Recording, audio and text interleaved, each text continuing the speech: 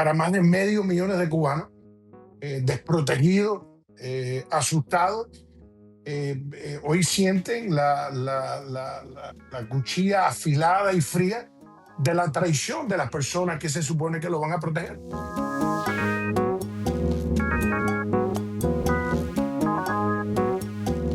Para mí un enorme gusto y hay que decir que también una gran oportunidad esta tarde de contar con el ex congresista federal Joe García, alguien que ha estado extremadamente involucrado durante toda su vida en el tema Cuba, pero que ahora además tiene el privilegio de tener la perspectiva del gobierno estadounidense y también del gobierno cubano en todo este proceso bastante contencioso, tenso y que tiene a la comunidad cubana prácticamente con los nervios de punta desde el Cabo de San Antonio hasta la punta de Maicí, en todo el sur de la Florida, New Jersey, España, donde quiera que sea.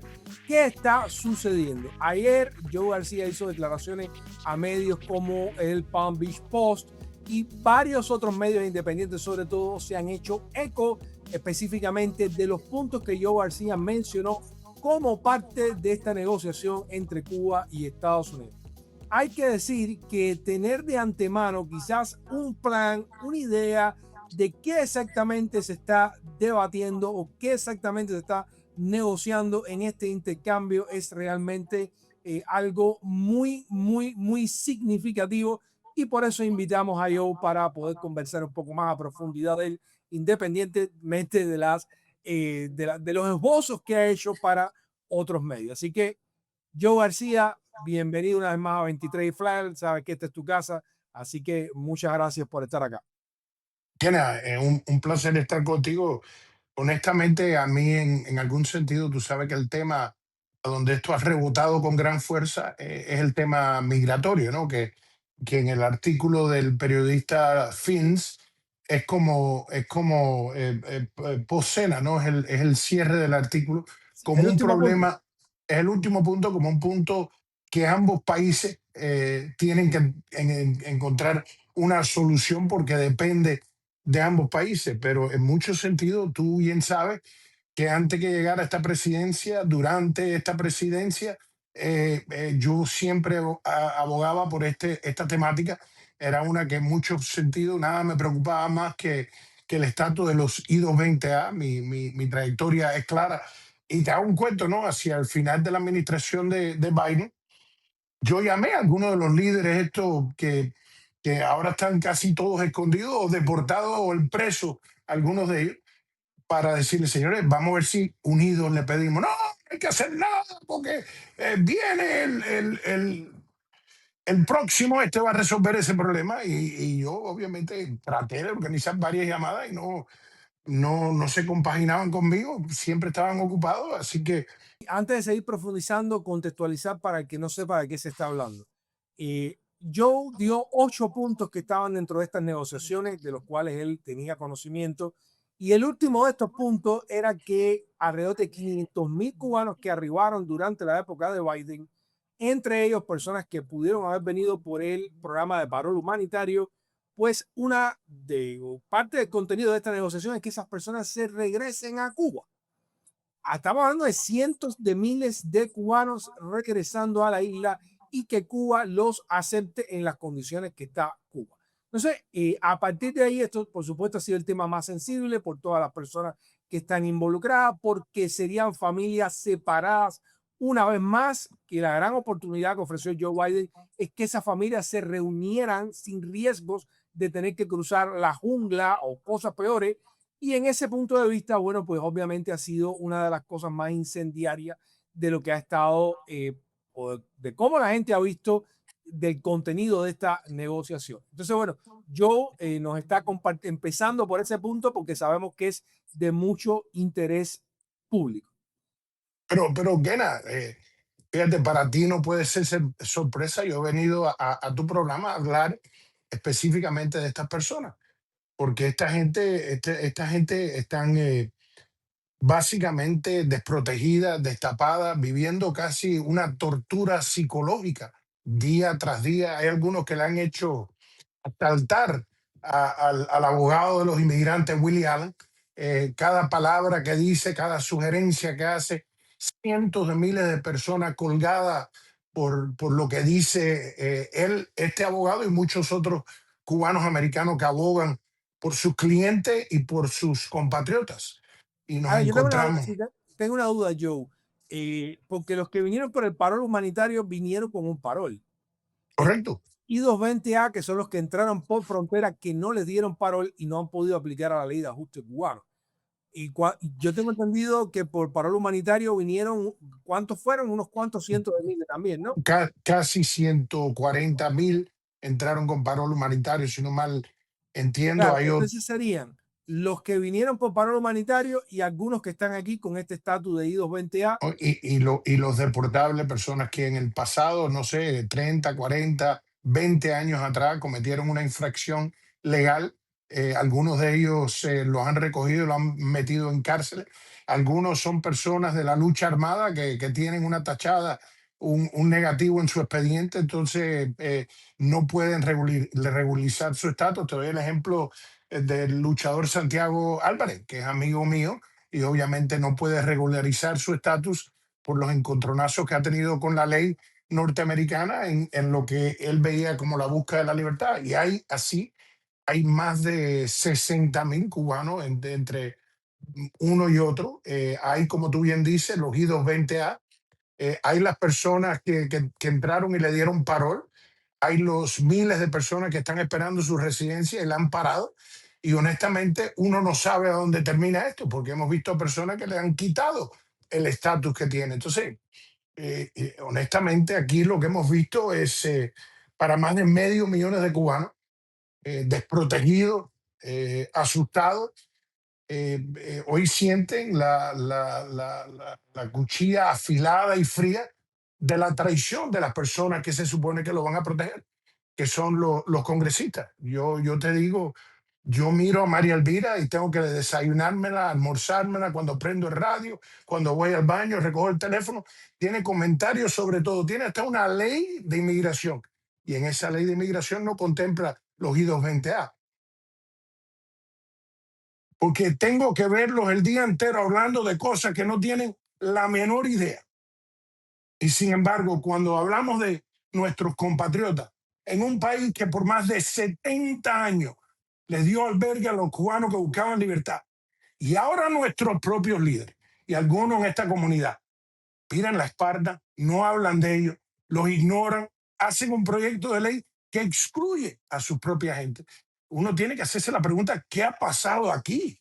¿Desde cuándo ese frío mirada? Y entonces hoy en día la gente vive en una tortura psicológica, no tienen manera de sostenerse porque le han quitado el permiso de trabajo. Y entonces, Diana, yo quiero, porque es importantísimo, la gente me hace la pregunta, pero, es que ellos qué van a hacer. Pues, señores, más claro no puede ser. Te quitan el permiso de trabajo, te quitan el estatus político. No puedes moverte porque te pueden arrestar y meter en, como dice María Elvira Salazar, en jaulas que están limpias, en Alligator Alcatraz, a donde se han gastado $1.000 millones para hacer un campo de tienda.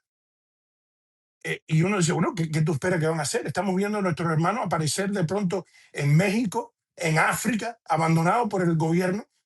Y sin embargo, de esos que se supone que abogan por ello, de esos que se supone cuya responsabilidad primera es de proteger a los que viven en sus recintos, sean ciudadanos o no. Uno dice, ¿cómo es que hemos llegado aquí? Pero lo que se cae de la mata, y que es obvio, es que esta presión para que se vayan a un lugar que sufre de 18, 19, 20 horas sin luz, a donde no hay medicina, a donde hay enfermedades como el chikungunya y el rapuche y el dengue, ahí es donde estamos mandando a nuestros familiares. Y yo me opongo a que los deporten. Fíjate, yo no quiero que esto sea parte del entendimiento entre Cuba y los Estados Unidos, pero ¿qué puedo que llegar a esa conclusión nada más que por los hechos? Claramente aquí no los quieren. Aquí hemos permitido en nuestra comunidad un campo de concentración a donde se gastaron más de $1.000 millones de dinero tuyo y mío, Kennedy, y de todos los contribuyentes, que no lo va a reembolsar el gobierno federal para enjaular a nuestra gente. Y el silencio o el beneplácito cuando decían las condiciones son limpias, esto está bien. Cuando se oyó el congresista Carlos Jiménez describir la cárcel, vaya, parecía un lugar de pasarme un fin de semana deportivo y de descanso. Tan buena era la situación. Pero precisamente eso no lo es. Y si están poniéndole presión a la gente, los tienen aterrorizados, los tienen bajo una presión horrible que se están yendo. Ya tenemos las deportaciones más grandes en la historia de la comunidad cubana, que no es más obvio que eso es lo que planean para nuestros hermanos y hermanas.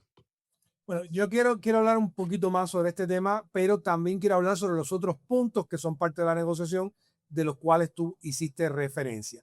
Ahora, en cuanto a esto de enviar a los cubanos de regreso a la isla, cientos de miles de ellos, tú hablabas, dabas particulares de lo que podía ser un plan. O sea, de que aquellos que hubieran cumplido con la ley podrían dársele una visa de turismo durante cierto tiempo para entrar o salir del No, territorio. la idea fuera, Kennedy, esto es una cosa que he hablado con varias gente y es un gran amigo mío que se le empezó a ocurrir la idea y la afinamos entre nos, ¿no? Que uno dijera, lo rompiera en tres grupos, vamos a decir, los que vinieron de esta fecha a esta fecha, los que vinieron anterior de esta y después de esta, los que vinieron de esta fecha a esta fecha. Se le dijera a un grupo tienen un año, a otro grupo 2 años y al tercer grupo 3 años. A esa gente, si se van libremente durante el periodo que se les pide de ese tiempo, ellos tienen el derecho no solamente a recibir visa de turista, pero siempre y cuando no han cometido un crimen, no han dejado grandes deudas, han cumplido con cualquier obligación que tenían aquí, cuando se vayan para Cuba, que el gobierno norteamericano, porque ya están vetados, no violaron la ley, pagaron sus impuestos. Tú sabes, no es como Kennedy apareciendo en la embajada, aquí estoy, ¿no? De ti sabemos, tenemos un récord, pagaste tus impuestos, ¿sabes? Hiciste tu documentación y te fuiste libremente. Entonces a esa gente le otorgáramos una visa de turista por 5 años, que es lo típico.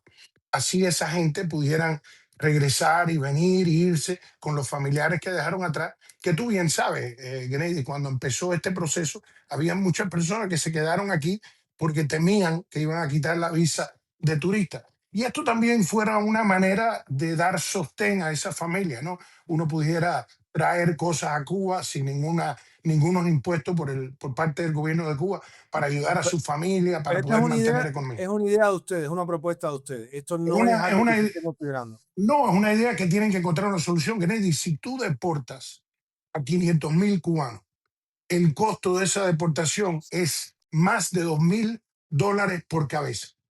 Organizar el papeleo, tenerlos en una prisión, pagar el pasaje, organizar la familia entera. Entonces, a $2.000 la cabeza, estamos hablando de $10 billones. Son 10.000 millones de dólares. Y lo que la propuesta es a la administración, y también obviamente Cuba lo tiene que recibir, fuera precisamente que en vez de la gente ser expulsada del país, ellos se van bajo su propia voluntad. Fíjate, vamos a parar ahí. Estoy contra de esto. Lo que quiero es que se queden todos aquí. Yo pienso que irse esa gente, más irse todo de un tancazo, que es imposible, destruyera la economía del sur de la Florida y el futuro que tenemos. Yo pienso que Miami está mejor con todos estos cubanos que recién llegaron los últimos 5 o 6 años. Son posiblemente una de las mejores inmigraciones que ha tenido nuestro país. Pero indudablemente esa no es la posición del gobierno nuestro, y por el silencio de nuestros supuestos líderes, obviamente esto es algo que o está pactado o se hacen de la vista corta por si está pactado. Pero con tanto que yo veo en la televisión de sus instancias al militarismo del señor Jiménez, no lo veo abogar por esos cubanos que recientemente encontraron libertad aquí con nosotros y se unieron a la gran familia de los cubanos que viven fuera del país y en particular aquí en el sur de la Florida. Sí, y es lamentable, ¿no? Porque hay una idealización de Cuba, de la democracia, de la libertad, y entonces a la Kennedy, hora de tú Cuba, comprometerte con eso, ayudando a los cubanos, entonces los dejas embarcados. Cientos de miles de cubanos los traiciona. No, ¿qué es Cuba si no los cubanos? ¿Cuánto es que tú quieres a Cuba y los que están al lado tuyo no los cuidas? El hombre que no quiere a su madre no puede querer a una patria. Posiblemente uno de los aspectos más horrendos de la revolución cubana es que ponía la patria sobre la familia. Mira, yo no quiero más Mariana Grajales en la historia de nuestro país. Lo que necesitamos es más personas que piensan en sus hijos, en su familia, y decir que lo que queremos es que regresen a ese lugar que está en estas horrendas condiciones, a donde no hay electricidad, a donde no hay agua, a donde no hay servicios médicos por las condiciones horrendas creadas por la incompetencia del gobierno de Cuba. Uno entonces se empieza a preocupar, es decir, bueno, si no cuidamos el cubano aquí, ¿qué futuro le esperará a los que regresan allá a esas condiciones vejadas, bajo presión, bajo un gobierno que nos escapamos precisamente porque discrepábamos de él? Entonces, yo pienso que esto requiere una solución y de nuevo, lo dejé para postre porque es tan obvio, ¿no? Los otros puntos, y me encantaría hablar de esos otros puntos, son obviamente un poquito más. Sí, quiero concluir este punto con algo. Trump ha dicho que su política migratoria es la remigración. Marco Rubio ha promovido una oficina de remigración en el Departamento de Estado. Eso quiere decir que no tiene que ser sorpresa para nadie que vayan a tomar a, a estos 500.000 cubanos que todavía no tienen estatus legal y los regresen a Cuba.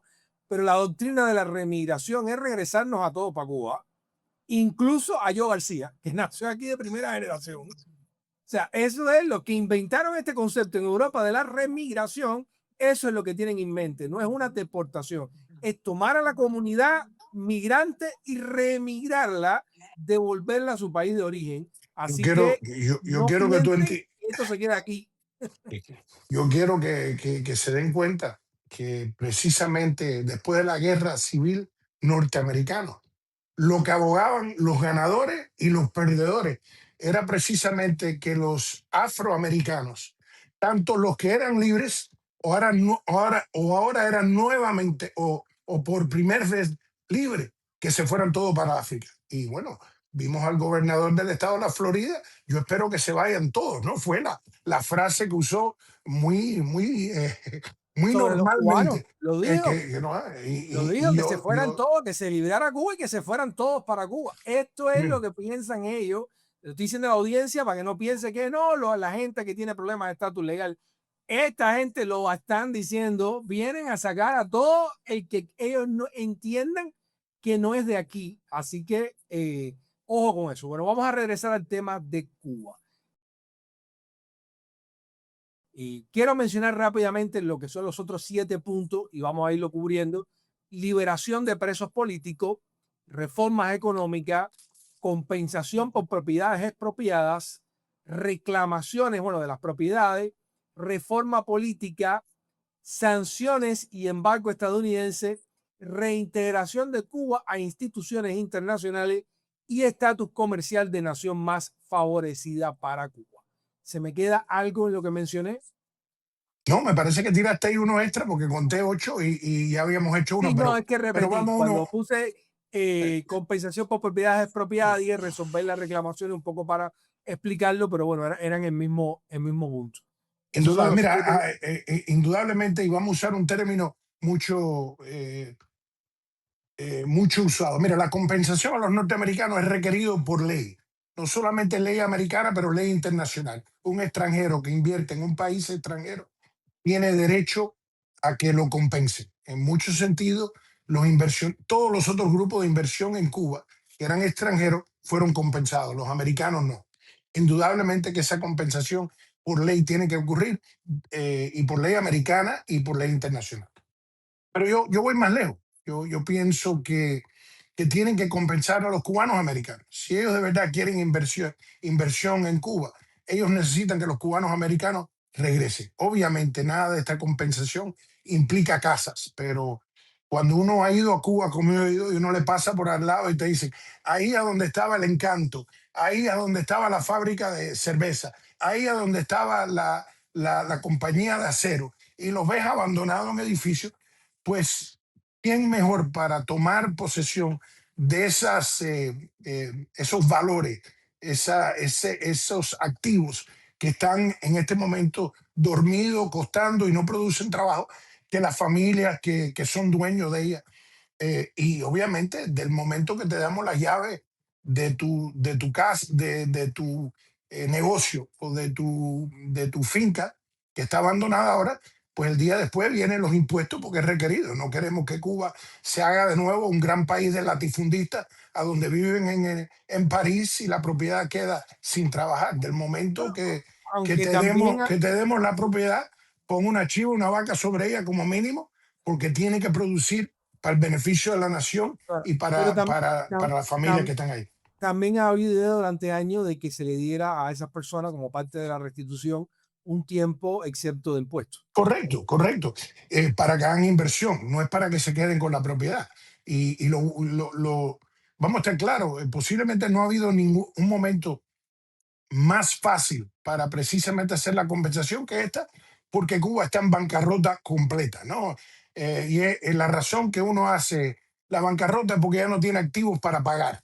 Y como no tiene activos para pagar, implica destruir posiblemente el negocio. Y uno va a la corte para que no se destruya el negocio, para que los activos que sigan en esa empresa puedan producir de nuevo para pagar a esas personas que tienen deuda con la compañía o que han extendido crédito. Bueno, en este caso nos encontramos igual. El país está en bancarrota. Lo bueno de la tierra, que no la puedes meter en un saco e ir para Miami. No, la tierra está ahí. No se va. Gracias a Dios, porque solamente el gobierno de Cuba, si le hubieran dado un desierto, se hubiera acabado la arena. ¿No? Y la realidad es que ahí está la tierra en un estado de abandono que posiblemente le dé más posibilidades de rendimiento cuando le añades equipo moderno y rápido.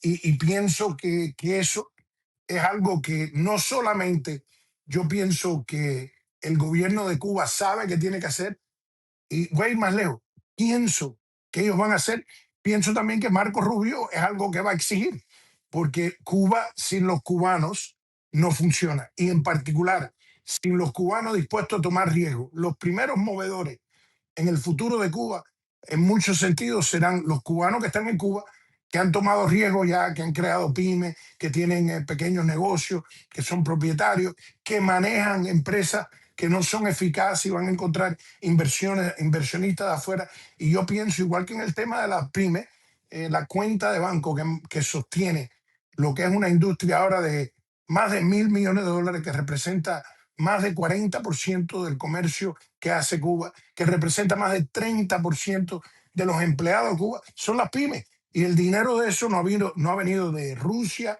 ni ha venido de China, ni ha venido de ningún otro lugar, pero sino de los bolsillos de los cubanos americanos que tienen un cometido con su familia y con su nación. Y saben que es mejor comprarle un horno de hacer pizza a mi primo que comprarle una pizza y que la coma y entonces tiene que mandarle otra el mes que viene.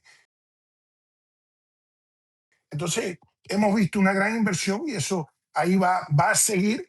Y si creamos un Estado de Derecho, voy al próximo punto, una economía abierta, a donde las leyes funcionen, a donde la protección a la propiedad privada y el capital privado, a donde hay un sistema de banco, a donde el banco no te dice de un día para otro, Kennedy, los $10.000 que tenías en la cuenta, tenemos que quedarnos con él porque no tenemos efectivo para pagarte.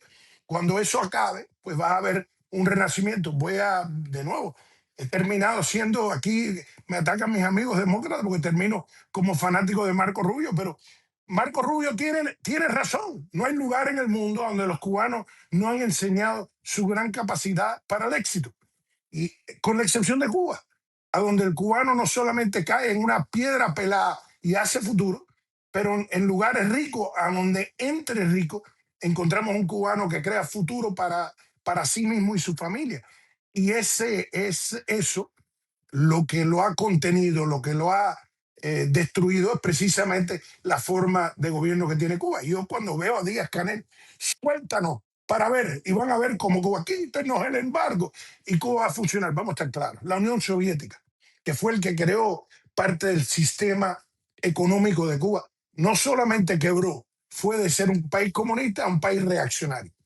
Los chinos, que eran el país comunista más grande del mundo, cambiaran su sistema económico para que funcionara. Ahora son posiblemente tan capitalistas como los norteamericanos. Los vietnamitas, que no solamente nosotros enterramos 1 millón de sus ciudadanos, pero ellos mataron casi 60.000 americanos y dejaron lisiados más de un cuarto de millón de americanos. Hoy son el socio comercial, Vietnam es el socio, los Estados Unidos es el socio comercial más grande de Vietnam, y Vietnam es un aliado estratégico contra China en la región. Lo que tenemos que aprender a hablar con los americanos somos nosotros. Nadie nos va a proteger. No podemos pensar que los mexicanos van a venir a quemar su futuro con nosotros. Nosotros somos los que vivimos al lado de los americanos. Y hasta que no tengamos la valentía y el poder que tenemos, porque tenemos poder político en este país, hemos traído esto a la mesa, no solamente por Marco Rubio, pero por personas como Jorge Mascanosa, que organizaron el exilio, que dijeron, mira, estas misiones de bote no van a funcionar. Uno no puede hacer el drama de nuevo.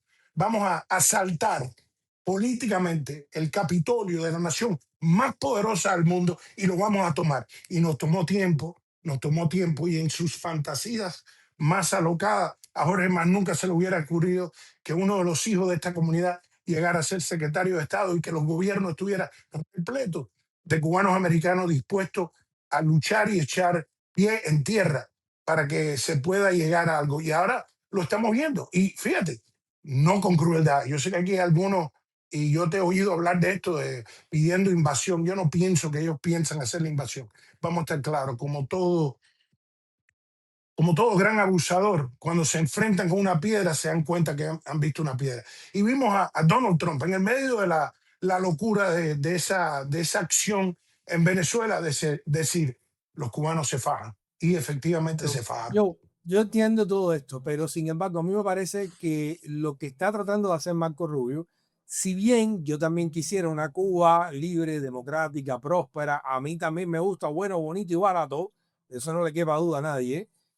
Lo cierto es que están instrumentalizando el dolor de la gente, están haciendo estas medidas de privar económicamente, está bien, al régimen, pero también a la población civil, a los mismos cubanos. Parece que a este grupo de gente que está liderando esta negociación con Cuba, donde está Marco Rubio, los congresistas cubanoamericanos, No, no, espérate, parece que, no, espérate, ahora me escucha, ahora me escucha. espérate, que pusiste ahí algo equivocado. No están los congresistas cubanoamericanos, porque se han equivocado al empezar. Cuando aquí Pero Trump anunció, los congresistas cubanoamericanos tienen influencia en el Congreso, porque son congresistas, tienen influencia en esta comunidad y son parte activa Kennedy, mira, de la aparte, comunidad política cubana, toma, de una toma, facción, pero lo son. toma No una podemos paz. decir que no importan nada No, no, porque son obviamente importa porque tenemos nuestros hermanos que están viviendo bajo terror pero encerrados en su casa. Pero voy a llegar a esto. déjame hacer el punto y yo te voy a dar para que me responda. Este grupo está instrumentalizando la escasez, el dolor, la crueldad con la gente que está en Cuba para lograr algo que a lo mejor todos queremos, y no pongo en duda que una Cuba plural, que no esté bajo un sistema autoritario o totalitario, va a ser la Cuba que le sirva a todos los cubanos. Yo estoy de acuerdo, pero yo no estoy tan convencido de que se logre eso a través de estos métodos. Esa es mi opinión. Bueno, O yo, sea, yo te voy mi a dar dos criterio, cosas. Yo te voy a dar dos cosas ahí que te voy a dejar. Primero de todo, si vamos a invadir, ¿no? Como tú escuchas al almirante de los mares, el congresista Jiménez, hablar de la supuesta invasión de Cuba, entonces ¿para qué lo estamos matando de hambre? Porque el ese es el ejército de Cuba extremo. va a comer. Ese ¿Eh? es el extremo ya. Lo de Carlos es el Exacto. No, extremo. no, Yo pero pensé lo que de pidiéndolo Carlos, ahí. Pero sí, pero hay que bueno, tocarlo porque ellos lo están pidiendo. exacto. Entonces, si tú dices que yo voy a invadir a Cuba, ¿para qué voy a matar a mi abuela de hambre? Acaba de invadir. Déjate de hablar bobería y acaba de invadir. Porque cuando estás causando hambre, no le estás causando hambre a los que tienen poder en Cuba. Entonces, Marrero luce más gordo cada vez que lo veo. Entonces, y yo también, porque estoy aquí, yo no voy a la invasión, ni estoy entrenando, ni Carlos Jiménez tampoco. No, no. Lo que él es un bombero. Yo imagino que si hay un fuego, lo traerán. Pero lo que es claro es que si vamos a invadir, ¿qué hacemos matándolos de hambre? Ahora, eso dicho, y tú y yo hemos discrepado en este tema muchísimo. Indudablemente que la guerra que ha hecho el exilio la hemos llevado a este punto. Indudablemente, si Cuba tuviera líderes responsables, esta conversación hubiera ocurrido mucho antes. ¿Por qué? Porque Cuba se tiene que llevar por los Estados Unidos, igual que los mexicanos se tienen que llevar con los americanos. No tienen opción. Tú no puedes decir, voy a levantar a México y lo voy a mover a Francia. No, estás ahí con la frontera más larga pacífica de Sudamérica entre los Estados Unidos y México. Entonces, la señora Sheinbaum, que yo te aseguro no invitara a Donald Trump a café, tú la ves lidiando con Donald Trump y su política porque el pueblo mexicano lo tiene que hacer. Igual te digo que Cuba tiene que encontrar la valentía, el coraje y la inteligencia para enfrentar que tienen que lidiar con el gobierno norteamericano. Y ese gobierno norteamericano, como ningún otro grupo, posiblemente que los hebreos norteamericanos, los judíos americanos, tiene poder en este país. Y precisamente cuando tú ves las 200 y pico sanciones contra Cuba, esos somos nosotros, que no quede duda, esos somos nosotros. Y lo hemos hecho en nuestra búsqueda por justicia, en algunos casos por revanchismo, pero en muchos casos es precisamente buscar justicia y entendimiento del país que nos despojó o que forzó que nos fuéramos de ahí. Entonces, llegamos a este punto, se acabó la carretera, no hay más que Cuba pueda dar, ni yo quiero que los norteamericanos invadan a Cuba. Entonces lo que yo quiero y lo que me parece que todos deseamos y lo que está haciendo Marco Rubio es negociando, que es lo que uno hace cuando llega a un impasse que no implica militarismo. Y Marco Rubio ha puesto aquí una serie de cosas y ha hecho una serie de cosas que si yo llego a hacerlo unos meses atrás, me meten un plomazo en la cabeza. Ha dicho, voy a negociar con ellos y ahí está. Fue y se sentó. El otro día hablaba con una periodista y me decía ella, bueno, tú no sabes, están negociando. A ver, espérate. Marco Rubio voló a Barbados para tener café con su homólogo del otro lado, a Raulito Castro, o fue a negociar. Obviamente, negociaron. Hablaron de términos y estos términos que hablaron es precisamente el que estamos hablando ahora, apertura de la economía cubana, que es necesario. Y ¿Están también, dispuestos yo en Cuba? ¿Tú has percibido que hay disposición? Vamos a preguntar sobre la apertura sí, económica. sí, yo pienso que yo, te doy un ejemplo. Yo no, fíjate, no porque quieren. Fíjate, vamos a estar claros, no porque quiere, porque tiene. Hace 2 meses atrás, el sector entero petrolero de Cuba era controlado desde que una gota de gasolina entraba en el tanque de un carro privado a donde salía de la pipa de otro país, controlado de punta a cabo por el gobierno de Cuba. Hoy en día, estamos viendo que están vendiendo gasolineras a pymes en Cuba. Estamos viendo la importación de gasolina de todas partes de los Estados Unidos, precisamente por pymes. Estamos viendo la venta entre pymes, la venta directa a ciudadanos. Una industria que hace menos de 2 meses era completamente controlada por el gobierno. Pero fíjate, no porque quisieron, es porque se le acabó la carretera. Y si yo me hubiera rendido o dicho, bueno, no voy a luchar más porque imagínate, ellos tienen mi familia y no puedo hacer nada. Y si yo no tuviera, de nuevo, Kennedy, vamos a estar claros, si fuera el año 1962 y yo era consejero de Kennedy y yo entro al despacho de la Casa Blanca y Kennedy me dice, ¿qué podemos hacer para liberar a los cubanos que han caído en las garras del castrocomunismo o del comunismo soviético? Y yo le digo a Kennedy, mira, necesitamos un embargo. Y si mantenemos ese embargo fiel y consistentemente por 68 años, vamos a liberar a Cuba. Me hubiera agarrado Kennedy en peso y me hubiera tirado por una ventana de la Casa Blanca porque dijo, este cubano está loco. Lo que es claro es que hemos llegado aquí porque es el único arma que hemos tenido. Y era una mala arma porque obviamente no fue eficaz. Pero bueno, gracias a Dios llegamos al final del uso de esa arma. Y lo que requiere es que los cubanos, que yo pienso que antes de desaparecer tengan un poquito de raciocinio, igual que yo pienso de nuevo, que Marco Rubio está siendo generoso. Yo te voy a decir algo. La propuesta que le ha ofrecido Marco Rubio a los cubanos si fuera Burkina Faso, que le hicieran esa ofrenda, los de Burkina Faso te dijeran, hay que matar gente aquí, hay que matar gente allá, hay un tercero que no está aquí que lo va a ir a matar para conseguir esto. Y es precisamente cosas simples que Cuba tiene que hacer, que lo hizo Rusia, que lo hizo China, que lo hizo Vietnam, que lo hizo toda Europa Central para que funcionara su país y traer prosperidad a su pueblo. parte de lo que Cuba tiene que hacer es eso. Tiene que hacer compensación, tiene que hacer apertura a la economía, tiene que soltar los presos políticos que están ahí. Yo, si fuera ellos, tratara de hacer eso cuanto antes posible, porque en las argástulas de ese gobierno eso no le hace bien a nadie, ni a los que están en la cárcel, ni a los que los tienen presos, ni a los que nosotros que estamos afuera tratando de mover una política que sea positiva. Y finalmente, espérate, y finalmente, que es el punto último que tiene que hacer Cuba. Tienen que moverse hacia un sistema dinámico democrático. Eso no te quiero decir que es fácil, porque la historia de Cuba se pueden contar en dos brazos, perdón, en dos personas, en los brazos, los 2 años que Cuba ha tenido como una democracia funcional.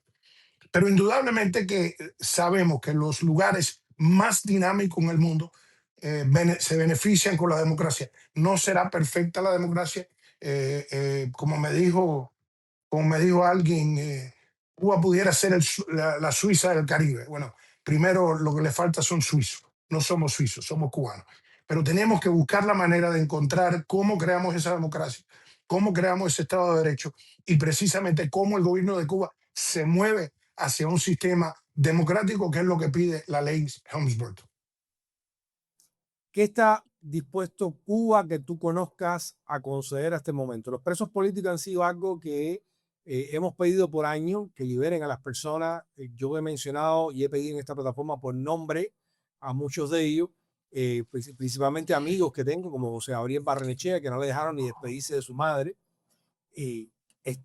¿Crees tú, estás viendo en este momento una disposición distinta a finalmente No permitir que esas personas necesariamente. salgan? Yo pienso que sí. No solamente pienso que no les queda remedio.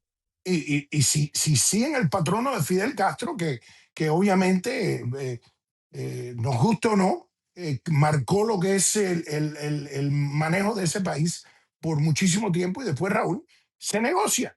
Y en este caso, los presos políticos son una clave importantísima, tanto de tú y yo, que representamos, no sé, el centro izquierda del exilio cubano, como, y tú sabes que del centro izquierda o el centro de izquierda del exilio cubano a la derecha, pues esa derecha tiene un brazo larguísimo, ¿no? Y hay muchísima gente de extrema ahí, pero todos clamamos a nuestros hermanos que están injustamente en cárcel y pienso que eso fuera un paso que creara mucha confianza. Yo sé que hay algunos que dicen, bueno, los pueden meter preso mañana. Bueno, eso es fácil para ti que no estás en la cárcel, por lo menos saliste, ¿no? Y entonces pienso que eso. Obviamente, la apertura de la economía, ellos claman que lo están haciendo, pero obviamente muy lento, muy poco y demasiado tardío.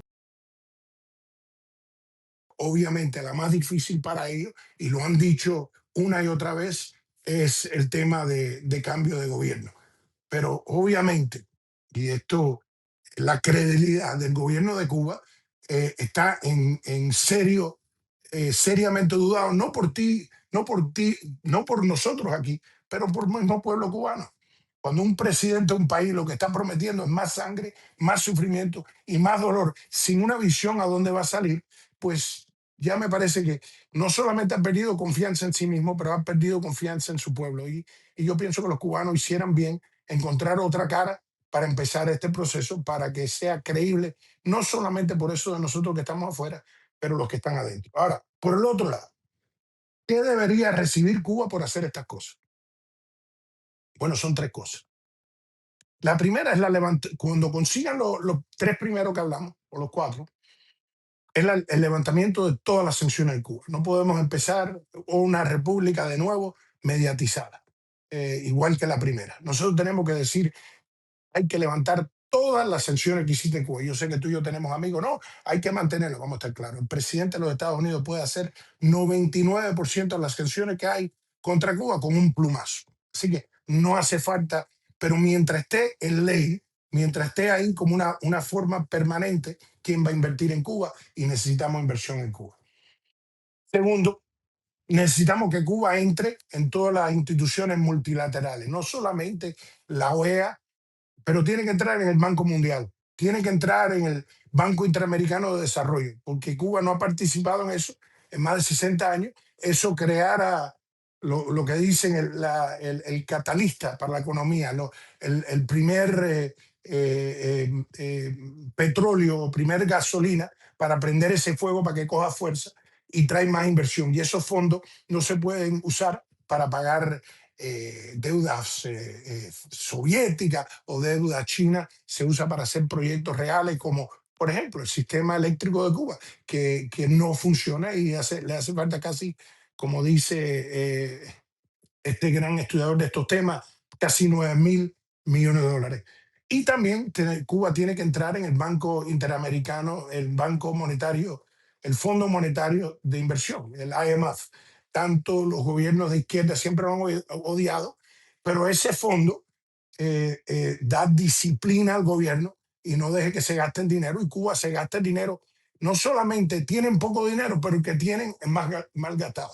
¿No? En la última década quitaron el dinero a la educación, a la salud, a la agricultura en particular, para hacer hoteles que hoy están cerrados y vacíos. Uno tiene que tener un monitor de eso y el IMF o el Fondo Internacional Monetario pone eso. Pero todos los otros grupos así para precisamente tener. Y entonces finalmente los norteamericanos le tienen que dar un estado preferencial de comercio. Es necesario para que Cuba pueda poner la tierra abandonada, que es entre las mejores del mundo, a funcionar de nuevo. Hemos llegado aquí precisamente porque Cuba nunca ha querido tener una relación real con su comunidad en el exterior, con sus exiliados, y nunca ha buscado reconciliación. No lo hizo Fidel Castro. Todo lo que tiene que hacer es mirar los videos del diálogo, y era ofensivo de la manera que él trataba a esos cubanos que tomaron grandes riesgos para ir a Cuba y los humilló a ellos y al exilio. Fíjate, la fundación es creada precisamente por el colapso del diálogo, lo que dijo el diálogo, no de Fidel, que ya se sabía, pero lo que dijo de nosotros.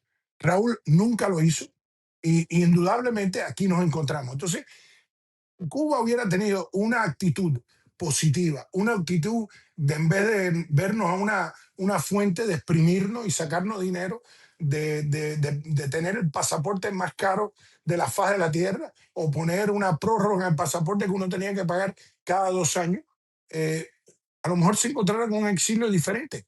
Pero yo quiero que tú entiendas, aunque tú, yo y Marco Rubio tenemos una percepción diferente de cómo se pudiera hacer esto, yo me parece que no me alejo de decir que tanto Kennedy Rodríguez, Marco Rubio y Joe García queremos ver una Cuba mejor, más libre y próspera. Que el camino será diferente, no lo discuto. Pero el que tiene la batuta y el que está en la mesa es precisamente Marco Rubio. Un hombre que, no te tengo que decir, ha recaudado fondos contra mí, los amigos de él han hecho guerra contra mí, pero es el hombre en el lugar. Y yo honestamente pienso que si no fuera por él, posiblemente esta negociación o ya hubiera ocurrido de forma mala, a donde el exilio hubiera quedado similar a María Corina: no te vistas que no vas a la fiesta. Y ese era el gran temor de todos los líderes del exilio, y indudable el de Jorge Mas, porque si tú no estás en la mesa, estás en el menú. Y Marco Rubio está en la mesa, y yo lo apoyo no para que cause más dolor, pero para que encuentre una solución por fin. Y también le digo a los dirigentes de Cuba, hay que buscar una solución, no hay alternativa, no hay una caballería que va a llegar a salvar la revolución cubana, no hay otro Hugo Chávez.